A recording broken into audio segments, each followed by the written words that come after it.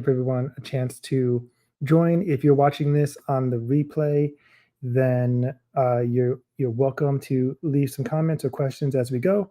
Definitely appreciate you showing up, even though it's not live for you at the moment.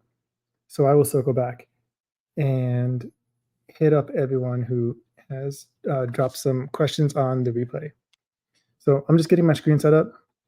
For whatever reason, Facebook is changing the rules again, and we can't go live with Zoom. What's up, Chris? And yeah, I had to jump through some hoops. So I just need to get this thing done that I wanted to get done for you guys. And here we go. Yeah, let's do portrait. So Chris is here. If you're here, say hello and let me know what kind of art you do. Let me know what size art you do, because that's what we're talking about today. We're talking about big art for big walls, and it's a fun conversation for me. That's actually the ad I run for lead generation is called Big Art for Big Walls, and it works. When I run that ad, my inbox fills up with people asking questions. But that's not what we're talking. We're talking about the art itself. What's up, John? What's up, Tracy? So, like, what is the average size of the art that you do? I wanna just get a feel for what you guys are doing, and that'll help me make a better discussion, I guess. Bezda's a sculpture, so a sculptor. I think we just had a new sculptor join the group who's actually from Seattle, where I'm at. So that's pretty cool. And so Bezda. I only saw your comment once, Tracy. I think my cat's destroying something. Hey, what are you doing? Stop it.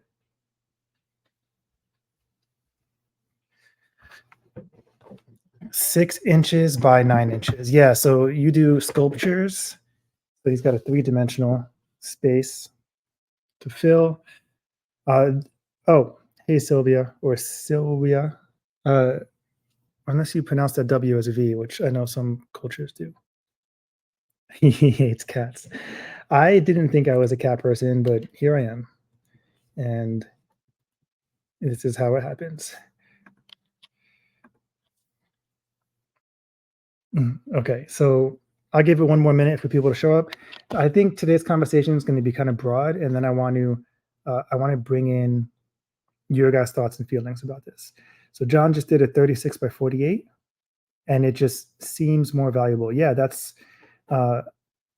is part of what we're going to talk about, is why do things seem more valuable when they're higher priced?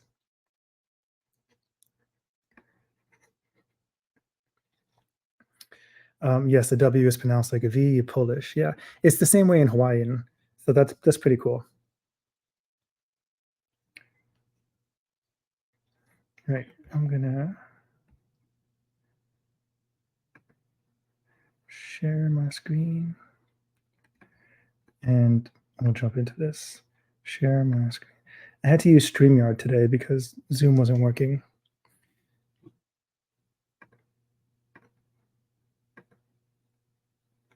Okay, cool. There it is. So, gosh, you guys up. Chris just put gesso on a larger size canvas. What do you mean by larger sized? I was on a call the other day, and I hope he joins us. I was on a call with a gentleman the other day, and we were talking about the art that he was making. And one of my suggestions for him was to start going bigger. Right? He was having trouble with sales, and he was like, try to go bigger. Okay. So I guess my question to him at the time was, how big do you feel this piece behind me is? Like, just throw it in the comments. Do you think it's a 30-inch piece, a 3-foot piece, a 10-foot piece? Like, how big do you think this piece behind me is?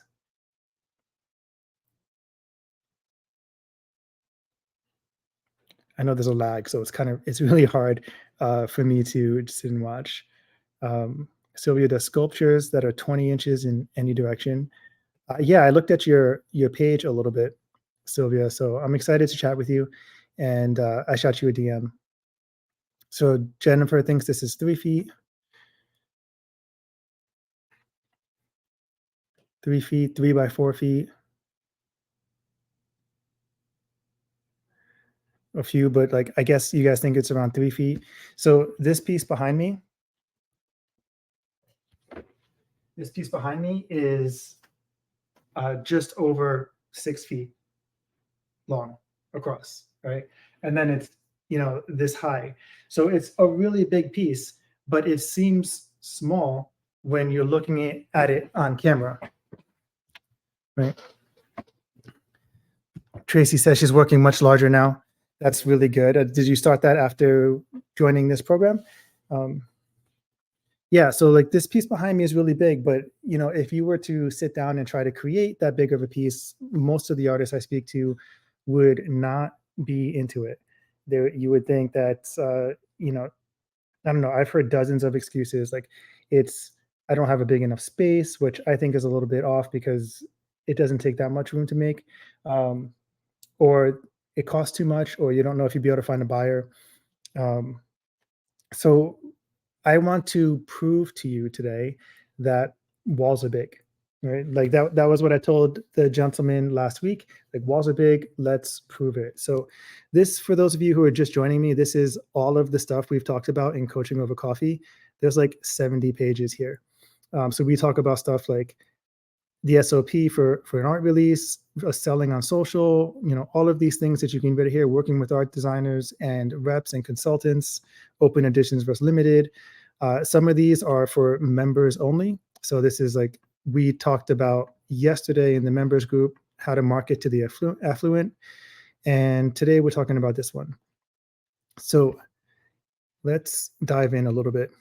As always, here is some adjacent learning for you guys. So in this conversation today, we're probably going to talk on some topics like social media. We're going to talk about creating accurate home renders. We're going to talk about limited editions and pricing your art. These are all individual trainings that are in TASA that if you're a member, you'd want to go and follow up this training with that one. All right. So walls are big. Most collectors or art buyers don't get this. Like this is the first thing. When I meet a collector or I'm talking to them online, they don't realize how big their walls are. And this is something that once you become proficient at sizing and comparative sizing to explain to your collectors how big a piece really is, one of the hurdles or objections you'll have to get is they'll say, I don't have enough wall space. Right? They'll start the conversation with, I don't have any art. And then they'll try to object to your sale by saying they don't have enough wall space. And that's just natural because people don't understand the relative space that they live in. Like this piece you guys thought was 3 feet is actually 6 feet. And that wall is like 10 feet. So if I had a small piece there, it really wouldn't work. And we'll go over that in a second. So most art buyers don't understand that, and most artists aren't taking advantage of this. Like someone said in the chat below that the bigger pieces feel more, what did he say?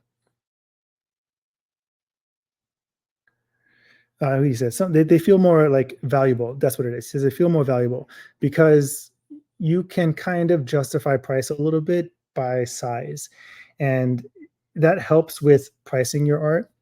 And it helps with if you have a pricing metric like square inch or square foot and you're pricing your work, then obviously when the pieces get bigger, you can charge more.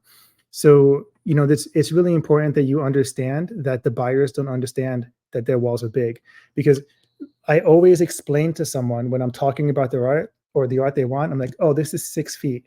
But I don't stop there. Like this is 6 feet. It's about the size of a queen headboard, or 6 feet fits right in the middle of a queen headboard, or 7 feet's about the size, or it's the size of a 2 cushion couch. Oh, it's 110 inches. Well, the last piece is 96 inches. Well, that fits inside of a 3 cushion couch, right? Because they don't understand how big that wall is behind the house, behind their couch. So you always want to do comparative art, and you want to fill that wall space. I'm going to make a little drawing here in a minute, and we'll compare the sizes of things and how they fit on walls, right? So who buys art? This is really important thing to kind of realize. Anyone with walls and a little bit of money is buying something to put on their wall. Okay, which is all of America, which is all of wherever you're from. Northwest Indiana, you know, that's where Christopher says he's from. Uh, Someone was asking me the other day, who buys. Oh, I was arguing with someone on Twitter, which I shouldn't do, but I was arguing with someone about the established value of the traditional art world. And he was saying that because there's only a certain amount of established auction houses, that there's only a certain amount of sales that happen in trad art. And I was like, what are you talking about, man? You live in the real world. Every place you live in has walls, and everybody is putting something on their walls, right?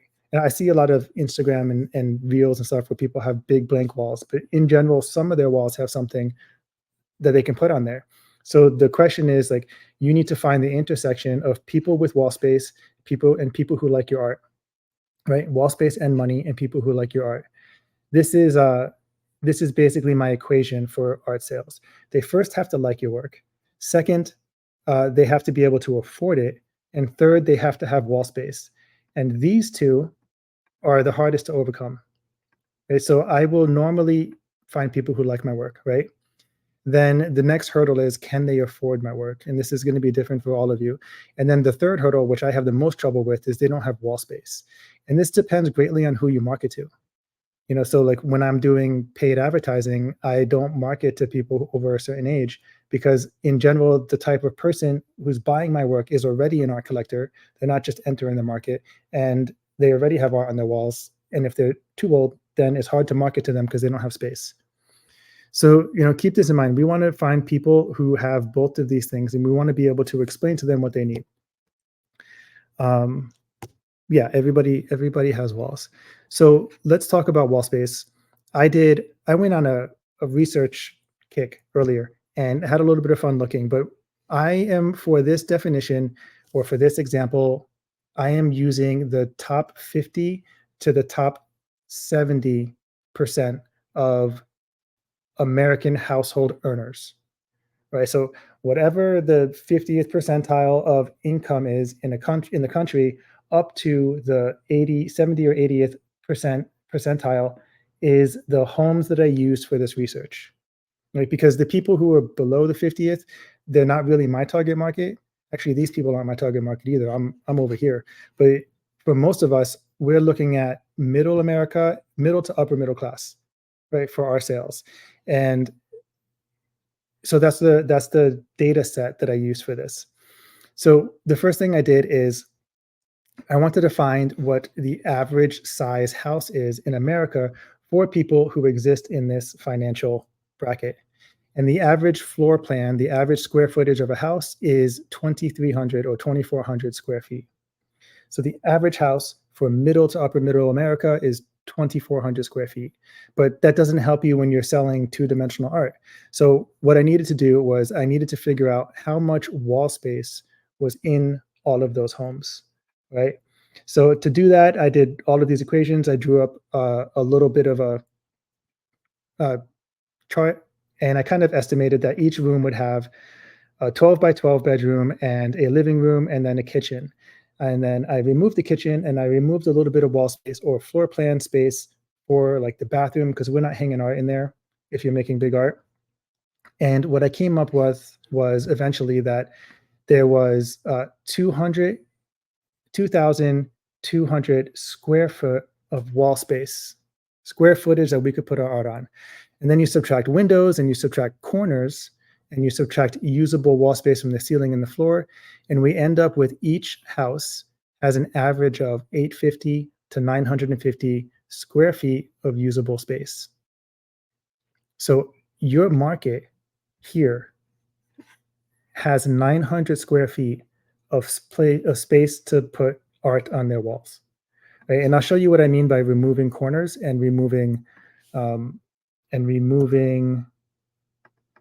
Let's just make this white and removing the unusable space. Okay. All right. So let's. What color should the walls be? Doesn't matter. We'll make the walls like a little bit kind kind of like a yellow. And all right, so if this is a wall in someone's home, option delete, new option delete. I do a lot of like tutorials on, so sometimes I talk through the things I'm doing. So anyway, this is the wall, right? You can't hang work on the corner of the wall. Like this part of the wall is dead space because where these two corners come together, I don't know if you can see this on my screen, where these two corners come together, there's no wall space for you, okay? The other side, same deal. Right? I just want to show you how I came up with this number so that it makes sense to you when you're thinking about the future.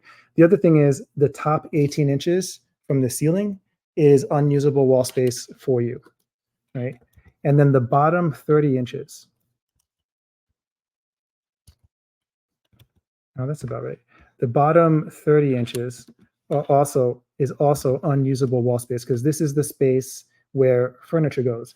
Most furniture is between 30 and 38 inches tall. Some of it's bigger, like bookshelves and closet stuff and things like that. But in general, this is your space that you have to market to, and you have to convince your buyer that you can sell your art in. Okay, does that make sense? So look around your home or your walls, you have somewhere around 900 square feet of wall space that art could be hung on. And so do all your customers that have this size house. Right? Most of my customers, at least around here, and Sylvia can attest to that. Like their houses are 4,000 or 5,000 square feet or more. So the people we're marketing to have big ass walls, and we need to make bigger art to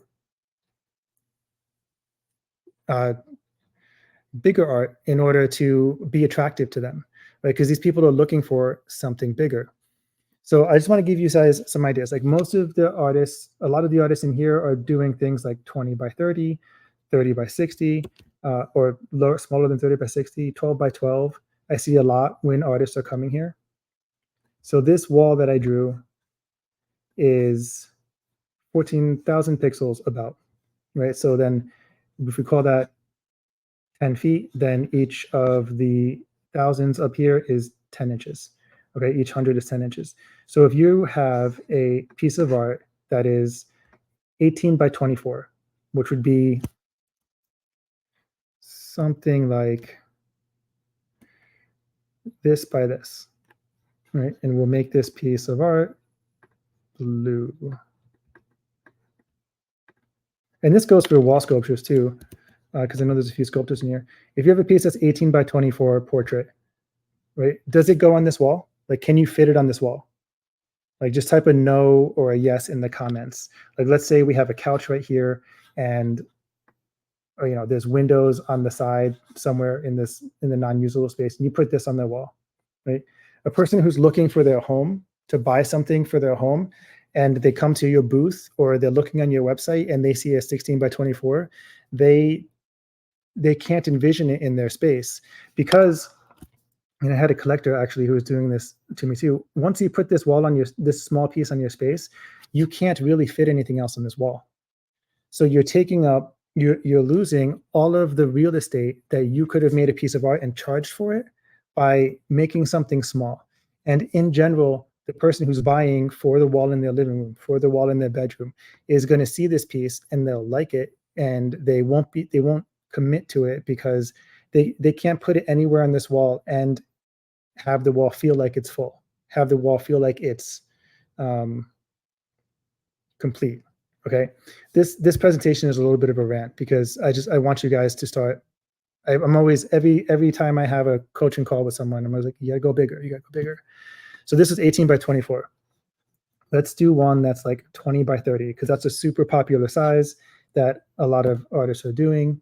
So 20 inches tall would be like this, and then 30 inches wide would be 1, 2, 3. Right, we'll fill this one in blue too. 20 by 30, something like this on this wall. Right, this doesn't fit either. So, depending on how you create, and especially if you're like a painter or whatnot, you need to start with bigger canvases. even with a 10-foot wall, which is average for a living room. Okay, well, this is a 12-foot wall with 10 feet of wall space. This piece is too small, right? We need to be doing uh, like this. If you want to make, if you want to ask for high dollar and you want to compel someone that this is going to make their space feel complete and feel immersive with the art, then we need to be starting at this big, like 50, 60 inches. Like if you go to my website, I don't offer anything below 36. And usually that's just 36 tall. For horizontal pieces, I don't offer anything below 48. And the reason is twofold. One, I don't want people to see my art in small size. I want it to be immersive. Okay. So that's just a personal preference, or that part of it is personal. The other part is I know that walls are big. Every piece that's in my house that's on a full size wall, that piece is 3 feet by 5 feet. That piece is 40 inches, but it's in between two doors. That piece is 3 feet by 5 feet. This is 6 feet by 5 feet. That's 4 feet by something. I don't remember. Right. So everything is bigger. Just if you have small stuff now, it's fine, but we need to go a little bit bigger so that we can have a more compelling selling point for our work. All right. I don't know if this thing froze or not, but if you guys have any comments, you guys can leave them in here. It says there's 30 something, but I'm only seeing like 10. This happened last time too. So this is my argument, guys. You need to go a bit bigger with your wall space and with your art creation, and a little bit more like commit to the creation process. I feel like a lot of people are afraid to, like, why are you, if you're doing small art, you can tell me in the comments, like, why are you afraid to go bigger? And the number one reason that I've heard so far is that they don't have enough space. But I've seen people's like painting rooms, and if you can do a 20-inch piece, you can definitely do something a little bit bigger and a little bit more compelling. I'm going to toss something in here just as an example while I wait for any questions you guys have. What am I thinking of? So this is a 3x1. This starts at 60 inches. Okay, don't do it smaller than 60 inches. So here is 60 inches on a 10-foot wall. It's probably a little bit smaller. Most people who buy this, if they get 60 inches, they get it with a frame. So it ends up being like 86 inches total, with a 60-inch piece plus a 3-inch liner plus a 4-inch frame, ends up being like 81 inches. So it fills up a wall, right? I don't go any smaller than 60 on my panoramics because it looks like this. And then you have a big couch here, or whatever furniture is in the house, and it's not, doesn't make the impact that I want to make. David says, doing art shows, I've been showing more pieces at smaller size to show breadth. I can print up to 9 feet. So David, inside Artist Selling Art, I have a guide about art fairs, right? Because every time I do an art fair, I usually do like 20 to 30K from, well, I sometimes like 10K at the show and like 30 to 40K after the show. And the reason I have all those sales after the show, I think I have a picture. The reason I have all those sales after the show is because let me see, is because I don't show all of my work at the shows. I show up with a few pieces of art, and I use those as proof of my ability to create work. Right, here's an example of one of the pieces, and me being a dork, the longer hair I got, the more serious I am. Where's another showpiece? So I'll do an art show with 5 or 6 pieces of art, and I'll have this was a rare case because I had some extra posters left over, but right here I have a catalog that someone says, oh, I like this, but I'm looking for something red. I'm like, okay, well, this is my red stuff. Or, they're looking for something of mountains. It's like, okay, well, this is how I produce work, but this is how I show work. Or this is the other stuff that I can make. So I strongly advise in my tutorial that you don't, well, it's really a case study, that you show up with bigger art and with less stuff. Because I go to people's art shows or I look at other people's booths and it looks like a freaking Instagram wall, just an Instagram wall that they brought to the show. And it's not appealing. It doesn't lend to a more sophisticated experience with the art, and it doesn't give people the opportunity to absorb a piece at a time. If you have a bunch of pieces on a wall, then they're seeing all the pieces at the same time and they're getting information overload. So like the bigger the show, the less stuff I have. These two shows were at the same time. I'm looking for the one from Art Basel. But here's an example. This is a 2 cushion couch and a 60-inch piece, 60 by 24. So when I say a 60-inch piece is a 2 cushion couch, that's what I mean. So I go to the biggest show of the year that I do every year with the least amount of pieces, but I'm there ready to show bigger stuff or to show the rest of my portfolio. Yeah. As a painter, I had to learn to stretch my own canvas in order to do those big sizes. Yeah, that might have to be how it is because sometimes you can't buy those bigger sizes or you can't transport them from the store, the Michaels or wherever you get it, to your house in your car, right? And you need to go a little bit bigger. You need to stretch it at home. So this is my show when I do Miami. It always looks something like this. So this is 8 feet. This is 8 feet. This is 8 feet. This is 5. This is 4 feet tall.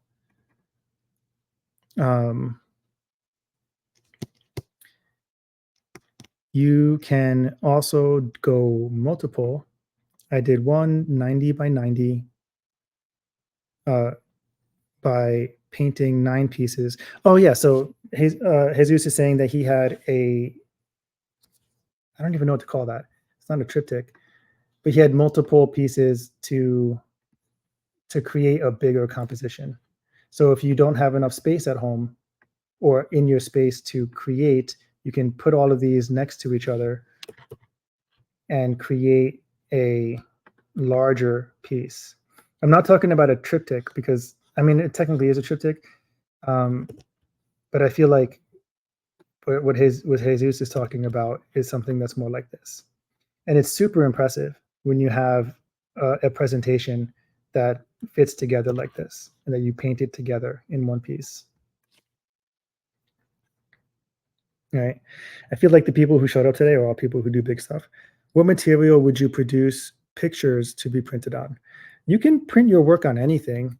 The material you choose is really it's your preference for your presentation of the art. Okay, so these are printed on a gold fiber paper because I wanted them to be a little bit warmer and I wanted only this subtle list of textures. Okay, I wanted it to feel more photographic, but also a little bit warmer. So that's gold fiber. A lot of my work I will produce on, if I don't produce it as one of these larger acrylic pieces, which is a Lumichrome paper face mounted to acrylic, I do it on photo rag.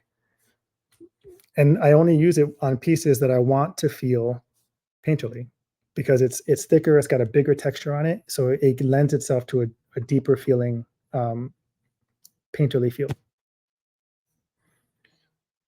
Okay, so so that's what I would do. Something my computer's doing something. Yeah, like this is photo rag. I can't really zoom in on it too much because Facebook will take this down because there's like half a butt crack. I'm trying to wait on big canvas pieces until I start selling some to free up space for bigger work. That's the problem that I get a lot. So Rebecca says that she wants to wait to do bigger canvases until she sells her small ones. And the problem with that strategy is that your small ones aren't selling for a reason. Right? I have a small piece of art here. It's 20 by 16. It's also a nude piece, so I can't show it to you. And this wall is only that big. So the small piece is a pretty unique situation. I have 2 pieces in my bathroom that are like small, but the space is small, right? Other than that, everything's bigger because every wall in here in this loft is large. So if you're trying to move your smaller stuff, I would suggest doing a big canvas to show what you can do. Have your smaller stuff on the side or in the back, and use that stuff as incentives to sell the bigger one. So you have someone who's on the fence about a larger piece, and you could say, oh, I have this other piece that's a really good accent to it that you could include somewhere else in the house, and you can take them both if you buy this one today, right? If you don't walk away, you buy this one right now, you can have this other piece as a gift, not for free. You can have it as a gift, and it'll accent and kind of bring your home together. So you could use those small pieces just to move that content, that stuff that's not moving. You can use it as incentives and upsells. Um,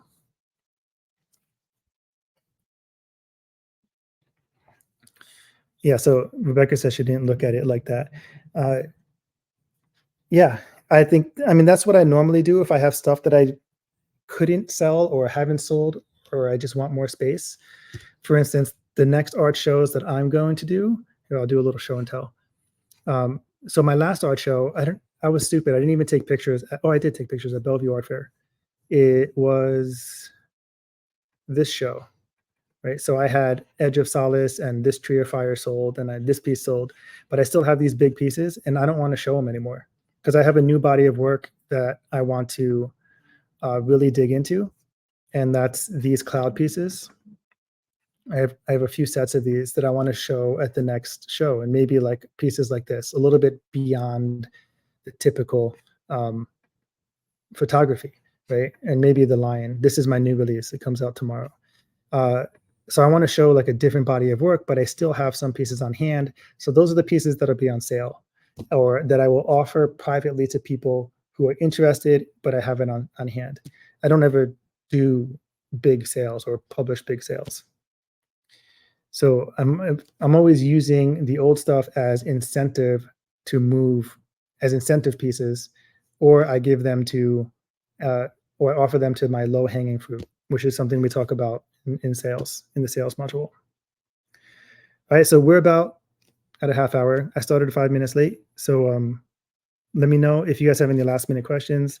I will dive in. I got you guys right here. That's why I keep looking down.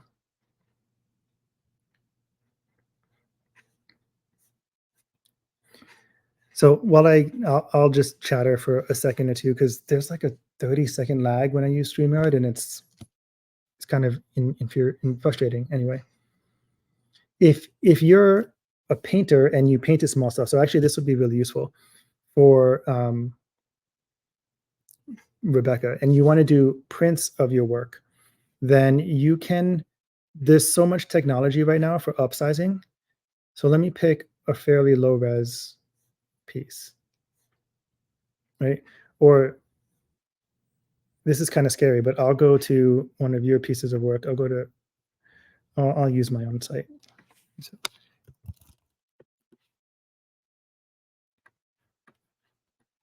sure. All right. So if I go here and let's say you painted like a 10 by 10.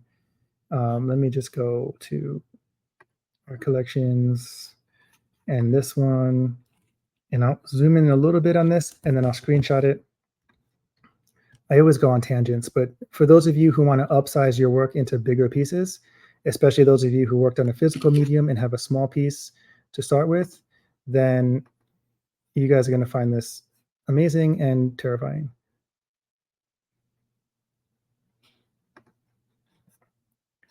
All right, so I'll open this piece in Photoshop. And then this is a tool that cost me $200.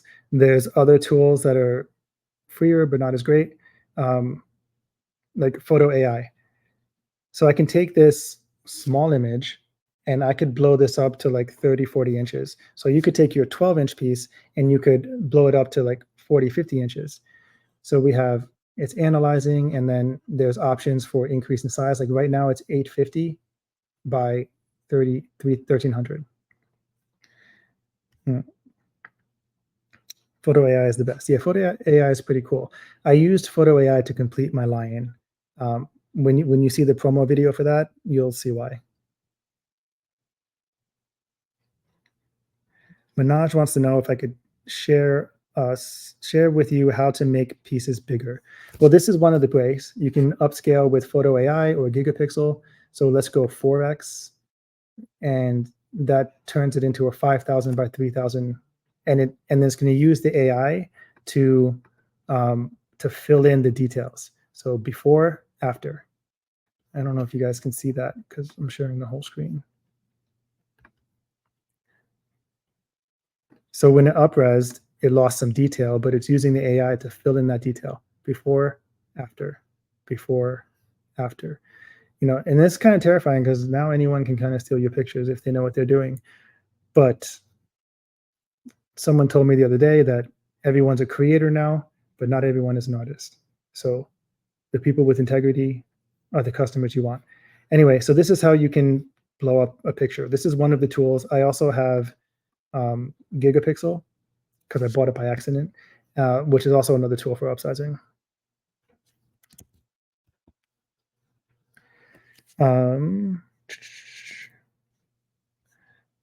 What about sculptures? Sculptures is different because with sculpture, you're taking up a three-dimensional amount of space, which means you're taking up. So when you do, let me go here first. When you do when you do a wall piece, like I said, you couldn't take this piece and put it on the wall because it takes up more space visually, right? Otherwise, you'll crowd it. So when you do a three-dimensional piece, you're taking up the space that it exists in, and then the floor print of that it sits in. So doing the rules are a little bit different for 3 dimensions. I think that you can exist in the 18-inch by, with an 18-inch footprint and, up to 2 feet tall, and they'll still be able to find a place for it anywhere in the house. After that, it gets a little bit more difficult. But if Sylvia is still here, she can. Oh, there we go. Will you be discussing 3D art and mostly generated geared towards painters? So Sylvia, I have 3 or 4 3-dimensional artists in the members group, and TASA, and this is for everybody, the Art of Selling Art program is basically a small business course geared towards artists. So I don't see any difference in the marketing strategies for 3-dimensional art and 1-dimensional or 2-dimensional art because you're selling a product, right? Your customer is different, but then again, my customer is different than Rebecca's customer because I'm a photographer and she's a painter. So yeah, that's my opinion on 3-dimensional art. I think it's just you're selling a product and you just got to know who your product audience is.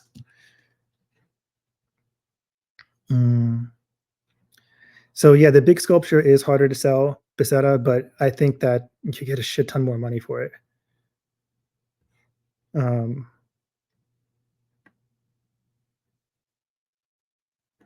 Yeah, a lot of people do. They paint large, and then here was the limitation, and I really got to go. So the limitation was that you couldn't blow up stuff easily. Like you take a picture with a full frame camera, and it's got limits to the size it can go. But now with stuff like this, and with medium format cameras, we can take with medium format cameras being more accessible, you can take a picture of a 10-inch piece and make it freaking large, especially if you're a painter and you are accenting the pieces in post-production. So produce it on canvas or produce it on a really thick, like 300 weight paper, and then give it some accents, frame it, put the glass on it, and now it's a multimedia original, an MMO. And there you go. So you can print whatever size you want.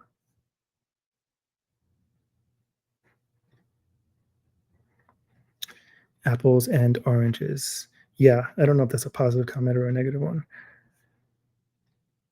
All right. That's it. That's it for this topic anyway. Thanks for listening to my rant. And when you can, if you're watching this on the replay, go ahead and make your next piece of art a large piece. And it'll be much better for social media marketing because you'll be able to show this big piece and it's more impressive. It'll be much more attractive to most buyers because most buyers are looking to fill a bigger space. You'll earn more money from it. And it's just dope seeing big art that you made. Okay, cool.